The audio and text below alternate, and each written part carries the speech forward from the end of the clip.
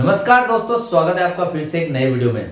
तो दोस्तों, जो बीएसएनएल पेंशनर्स है और डॉट वाले पेंशनर्स है, इनको एक जगह से पेंशन नहीं मिलती है। ठीक है, इनको दो तरीके से पेंशन मिलती है और वो जो दो तरीके हैं, एक सीडीए पे स्केल है, एक आईडीए पे स्केल है। ठीक है, यहाँ पर दो तरफा आपको पेंशन मिलती है। सबसे बड़ी दिक्कत यही है, जो थर्ड पीआरसी लागू नहीं हो रही है या फिर इसके बाद जो पेंशन संशोधन आपका रुका हुआ है, उसकी सबसे बड़ी प्रॉब्लम ये है कि सीडीए पे स्केल और आईडीए पे स्केल। तो इसका पूरा मामला क्या है, आज इस वीडियो में हम समझने वाले हैं। क्योंकि डॉट वाले कर्मचारी है वो काफी टाइम से परेशान है इस चीज को लेकर कि जो पेंशन संशोधन है वो क्यों रुका हुआ है, इसके पीछे का कारण क्या है। आज इस वीडियो में विद डिटेल तरीके से पूरी जानकारी पॉइंट के माध्यम से आपको समझाने वाला हूं।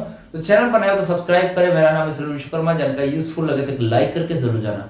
चलिए दोस्तों, बढ़ाते हैं वीडियो को आगे। तो देखिए, यहाँ पर जो कि हमारा जो मुद्दा है, मेन मुद्दा क्या है, डॉट वाले और बीएसएन वाले जो भी पेंशनर्स है, ठीक है, वो सीडीए और आईडीए पे स्केल को लेकर परेशान है। और परेशानी क्यों है वो आज इस वीडियो में पूरा जवाब देने वाला हूं आपको। क्योंकि देखिए, जो सीडीए और आईडीए जो पे स्केल है वो अलग अलग है। ठीक है, अलग अलग पे स्केल है। बहुत सारे ऐसे कर्मचारी जो 2000 से पहले डॉट में काम करते थे और फिर अब्सॉर्ब होकर बीएसएनएल में आए थे। ठीक है, तो उनको दो तरीके से पेंशन मिलती है और उनका जो पेंशन संशोधन लागू करने में बहुत ही ज्यादा दुविधा है फिलहाल की स्थिति में। ठीक है, तो हम कुछ पॉइंट के माध्यम से ये समझेंगे। पहला पॉइंट है कि दो तरफा जो पेंशन है वो दो तरफा मिल रही है आपको, एक बीएसएनएल से मिल रही है, एक डॉट से मिल रही है। ठीक है, तो यहाँ पर दिक्कत क्या आ रही है आखिर वो देखेंगे। उसके बाद सेकंड पॉइंट है हमारा, समस्या क्या है ये जानेंगे हम। और पेंशन संशोधन फिलहाल क्यों नहीं हो रहा है, इसकी देरी का कारण क्या है ये भी जानेंगे। ठीक है, और लास्ट पॉइंट हमारा आता है, पेंशन संशोधन अगर होता है तो वो कब होगा। ठीक है, तो इन तीनों पॉइंट को बहुत ही डिटेल तरीके से समझना है, तब जाकर आपको समझ में आएगा कि सीडीए और आईडीए जो पे स्केल है, इससे जो भी कर्मचारी है, डॉट वाले कर्मचारी हो गए, बीएसएनएल कर्मचारी, जितने भी पेंशनर्स हो गए, वो क्यों परेशान है, सारी जानकारी चलिए वीडियो में समझते हैं हम एकदम डिटेल तरीके से। तो देखिए दोस्तों, यहाँ पर कोई कर्मचारी है। ठीक है, हम मान लेते हैं कि आप ही एक कर्मचारी हो, जो पेंशनर्स हो। ठीक है, तो यहाँ पर बात ये आती है कि आप कौन हो, आप सीडीए पे स्केल पर हो या फिर आईडीए पे स्केल पर, दोनों में से एक पे स्केल पर आप यहाँ पर पेंशनर्स हो। अब यहाँ पर देखिए, डॉट या फिर बीएसएनएल पेंशन भोगी होने के बावजूद आपकी पेंशन दो अलग अलग नियमों के तहत आती है। ठीक है, एक सरकारी नियम है जो कि सरकार का है और दूसरा सरकारी कंपनी का नियम है जो कि बीएसएनएल का है, आईडीए बेस पैटर्न पर। ठीक है, अब यहाँ पर बात है कि दो नियम से आपकी पेंशन आपके खाते में आती है। ठीक है, अब पेंशन भले ही डॉट देता है या फिर बीएसएनएल देता है, जो कि बीएसएनएल में 2000 के बाद नए कर्मचारी शामिल हुए थे। ठीक है, लेकिन जो डॉट वाले कर्मचारियों को, उनको डॉट ही पेंशन देती है, लेकिन दो नियमों के तहत देती है। ठीक है, और यहाँ पर आपके पास एक चार्ट आएगा जिसमें हमें कुछ पता चलेगा। चार्ट से हम समझेंगे कि जो सीडीए सेंटर, जो कि जिनको बोलते हैं सेंट्रल डीएनएस अलाउंसेस, और आईडीए इंडस्ट्रियल डीएनएस अलाउंसेस। ठीक है, तो इनके बेस पर कुछ पॉइंट क्लियर करने वाले हैं हम। ठीक है, जो पेंशन है वो किससे मिलता है। ठीक है, तो पहले पॉइंट को क्लियर करने वाले हैं।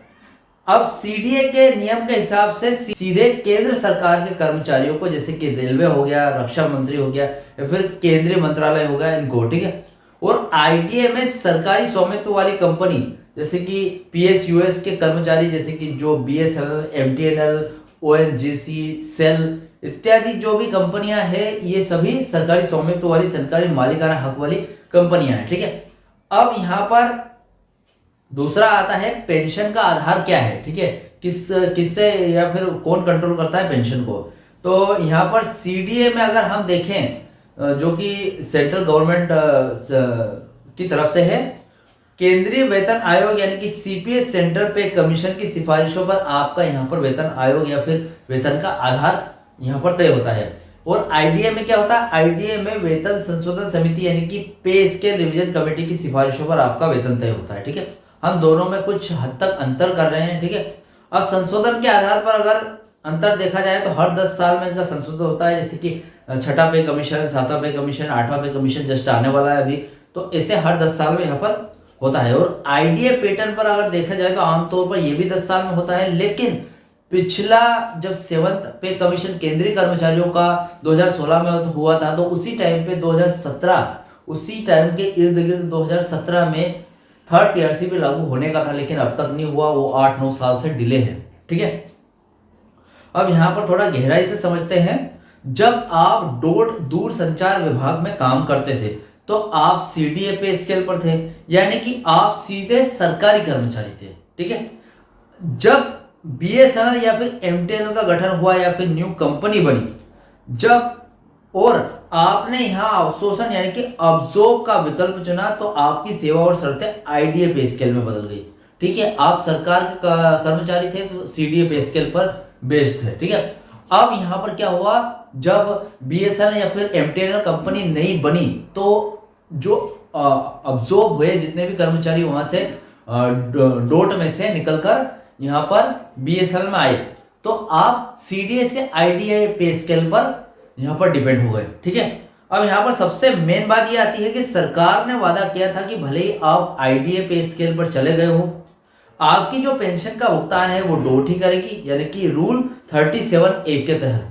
ठीक है, मतलब एक रूल है 37A, उसके तहत जो आपकी पेंशन का भुगतान है वो डोट ही करेगी, भले ही आप किसी अदर कंपनी यानी कि बीएसएनएल में चले गए हो, आईडीए पे स्केल पर चले गए हो, लेकिन आपका सीडीए पे स्केल पर भुगतान तो डोट ही करेगी।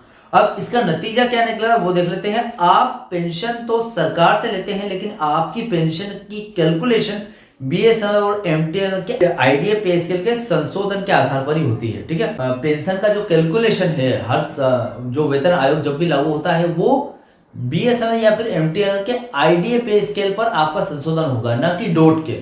ठीक है, डोट पेंशन भले ही आपको देगी, लेकिन संशोधन तो बीएसएनएल या फिर एमटीएनएल ही करेगी। ठीक है, मतलब देखा जाए तो यह दो नावों की सवारी ही सारी जटिलता की जड़ है। मतलब आप दो नावों में एक साथ सवारी कर रहे हैं, देखा जाए तो ना। अब यहाँ पर पहला पॉइंट हमारा क्लियर हो चुका है कि दो तरफा पेंशन का भुगतान कहां से हो रहा है, कैसे हो रहा है, सब कुछ देख लिया हमने। सेकंड पॉइंट आता है कि समस्या क्या है और पेंशन संशोधन में इसकी देरी का क्या कारण है, वो भी देख लेते हैं। आपकी पेंशन तब तक संशोधित नहीं हो सकती जब तक संशोधन न हो जाए, वेतन संशोधन ना हो जाए कर्मचारियों। आपकी पेंशन तब तक संशोधित नहीं हो सकती जब तक कि बीएसएनएल या फिर एमटीएनएल के सेवारत यानी कि जो सर्वाइव फिलहाल में जो काम कर रहे हैं, वर्किंग टाइम पे है, जो कर्मचारी है, के वेतन संशोधन न हो जाए। मतलब इसका मतलब क्लियरली ये मतलब है सीधा सा कि जब तक थर्ड पीआरसी लागू नहीं होगी तब तक पेंशन संशोधन भी लागू नहीं होगा। ठीक है, पेंशन पीआरसी भी नहीं मिलेगी। ठीक है, जो कि सेवारत कर्मचारी फिलहाल काम कर रहे हैं उनकी वेतन संशोधन लागू होना बहुत जरूरी है। ठीक है, सुप्रीम कोर्ट के फैसले जैसे कि डीएस नकारा केस के अनुसार अतीत के पेंशन भोगियों की पेंशन का संशोधन उसी फिटमेंट लाभ के साथ होना चाहिए जो वर्तमान में सेवारत कर्मचारियों को उनके वेतन संशोधन में मिलता था। इसका उद्देश्य पेंशन की विसंगतियां को रोकना है। ठीक है, अब यहां पर बताया जा रहा है कि 1 जनवरी 2017 में जब पेंशन संशोधन, जब वेतन संशोधन होने वाला था, यानी कि थर्ड पीआरसी लागू होने वाली थी, और आज के टाइम पे जो थर्ड पीआरसी के लाभ, अभी हालांकि थर्ड पीआरसी लागू नहीं हुआ है, लेकिन सेकंड पीआरसी के जो भी लाभ वगैरह मिल रहे हैं वही पेंशन संशोधन में थर्ड पीआरसी जब लागू होगी तब जितने भी पेंशनर्स हैं उनको वो लाभ मिलने चाहिए, भले वो 15% फिटमेंट के साथ होगा। ठीक है, इसमें भी एक चुनौती खड़ी होती है। बीएसएनएल और एमटीएनएल जैसे पीएसयू जो वर्तमान में वित्तीय समस्याओं यानी कि फाइनेंशियल डिफिकल्टीज का सामना कर रहे हैं, अपने सेवारत कर्मचारियों के वेतन में आईडीए पैटर्न पर संशोधन करने के लिए आर्थिक रूप से सक्षम नहीं है। ठीक है, जो भी समस्या आ रही है, जैसे वित्तीय समस्या खराब है बीएसएनएल कर्मचारियों की या फिर बीएसएनएल कंपनी की, तो उससे दिक्कत आ सकती है। अब इसका रिजल्ट निकल कर आता है कि बीएसएनएल अपने सेवारत कर्मचारियों के लिए वेतन संशोधन नहीं कर पा रहा है। चूंकि वेतन संशोधन नहीं हुआ है, इसलिए डोट आपके पेंशन भोगियों का पेंशन संशोधन रोक देता है। अब यहां पर एग्जाम्पल के लिए केंद्र सरकार के कर्मचारी को 1 जनवरी 2016 यानी कि 7th सीबीसी का लाभ मिल चुका है। बीएसएनएल एमटीएनएल के सेवारत कार्यकारियों यानी कि कर्मचारियों को 1 जनवरी 2017 से पीआरसी का लाभ मिलना चाहिए था, लेकिन कंपनी की वित्तीय स्थिति के कारण अभी तक यह पेंडिंग में है। जब तक यह सेवारत कर्मचारियों के लिए लागू नहीं होगा तब तक पेंशन भोगियों के लिए भी नया संशोधन नहीं मिलेगा।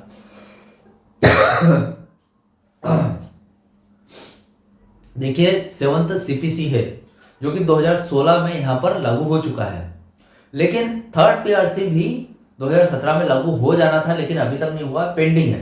तो कहने का मतलब यह है कि जब तक 3rd पीआरसी लागू नहीं होगा तब तक वेतन संशोधन भी लागू नहीं होगा। अब हमारा दूसरा पॉइंट भी क्लियर हो गया है कि भैया समस्या भी देख ली हमने और पेंशन संशोधन में देरी का कारण भी देख लिया। अब लास्ट ऑप्शन आता है कि पेंशन संशोधन कब होगा या फिर इसमें क्या डिटेल दी गई है। आपकी पेंशन सरकार देती है, लेकिन उसकी राशि बीएसएनएल की सिफारिशें पर तय होती है। ठीक है, बीएसएनएल अपनी खराब वित्तीय स्थिति के हालत के कारण सिफारिश नहीं कर पाता है, जिससे मामला डोट और वित्त मंत्रालय के बीच फंसकर रह जाता है। ठीक है, अब यहाँ पर देखिए पेंशन तो सरकार दे रही है आपको, यानी कि डोट दे रही है, लेकिन उसकी सिफारिशें तय कौन करता है? बीएसएनएल या फिर एमटीएनएल। ठीक है, जो से भी आप अधिकारी हो, जिस भी कंपनी में आप एम्प्लॉइज हो, बीएसएनएल हो या एमटीएनएल हो, तो सिफारिशें तो वही तय करता है। ठीक है, अब इसके बाद बीएसएनएल लॉस में है, उसकी वजह से बीएसएनएल अपनी सिफारिशें लागू नहीं कर पा रहा है, तो इसके लिए डोट भी उसको मंजूरी नहीं दे रही। तो डोट और जो मंत्रालय है सरकार, इनके बीच में ये मामला फंस गया है फिलहाल। ठीक है, एक और चार्ट आपके सामने निकल कर आएगा। इस चार्ट में आप देखिए, हम कुछ पॉइंट के माध्यम से समझते हैं कि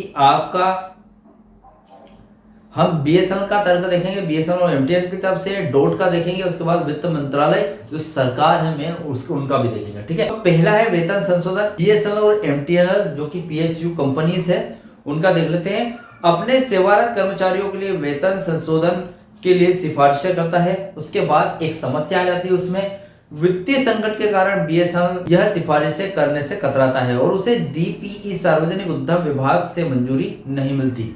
अब यहाँ पर सेकंड पॉइंट आता है पेंशन संशोधन, जो कि डोट दूरसंचार विभाग के कंट्रोल में है, और यहाँ पर पेंशन भोगियों, अब ये क्या करता है? पेंशन भोगियों की पेंशन में संशोधन के लिए फाइल आगे बढ़ाता। अब इसमें भी एक समस्या आ रही है। डोट कहता है कि हम तब तक फाइल आगे नहीं बढ़ा सकते जब तक बीएसएनएल के सेवारत कर्मचारियों का वेतन संशोधन नहीं हो जाता। ठीक है, अब हम तीसरा पॉइंट देख लेते हैं, अंतिम मंजूरी, जो कि वित्त मंत्रालय द्वारा होनी चाहिए।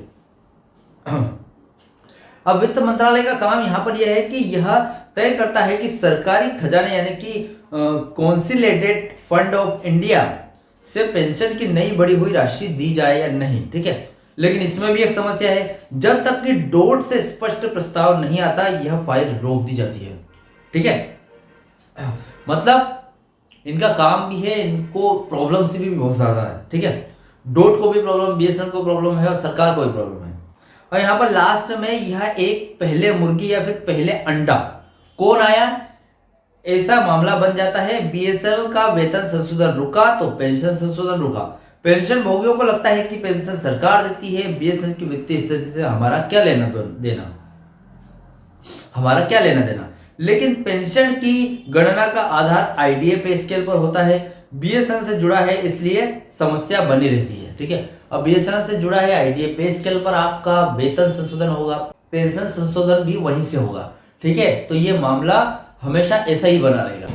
पेंशन संशोधन वो कब होगा, तो इसका एक ही जवाब है कि पहले वेतन संशोधन होगा, यानी कि 3rd पीआरसी लागू होगी बीएसएनएल कर्मचारियों की, फिर हो सकता है पेंशन संशोधन हो जाए। ठीक है, लेकिन अगर डोट चाहे तो पेंशन संशोधन पहले कर सकता है, लेकिन डोट का भी यही कहना है फिलहाल कि पहले वेतन संशोधन लागू होगा फिर पेंशन संशोधन। ठीक है, तो फिलहाल इस अपडेट से रिलेटेड कोई भी डाउट, क्वेश्चन वगैरह हो तो मुझे कमेंट बॉक्स में कमेंट कर सकते हैं। वीडियो अच्छा लगा तो वीडियो को लाइक कमेंट से जरूर करें। मिलते हैं दोस्तों नेक्स्ट वीडियो में। सी यू सून।